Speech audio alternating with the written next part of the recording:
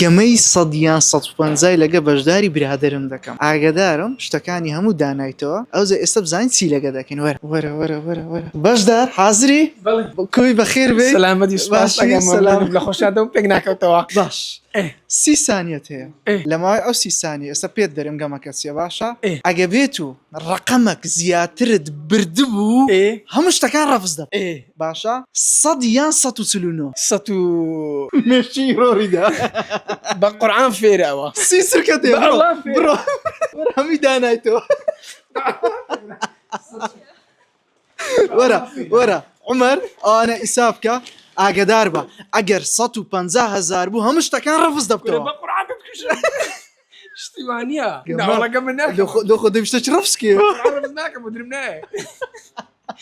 هزار نارەکەتان دەدەمێ هەیە ڕەنزی 12 سارم لە بەباچی وەڵام گەمە مەمەی ناسانە ئەوە هەموو بە دەقیق دانە 18,000 ئەوە 30,000 ویسمان بە پێشی کەوینەوە ئیدی ئەوە برادرەوە گوتمان هەمووەوە ئیدی بەخێراتن لە بواری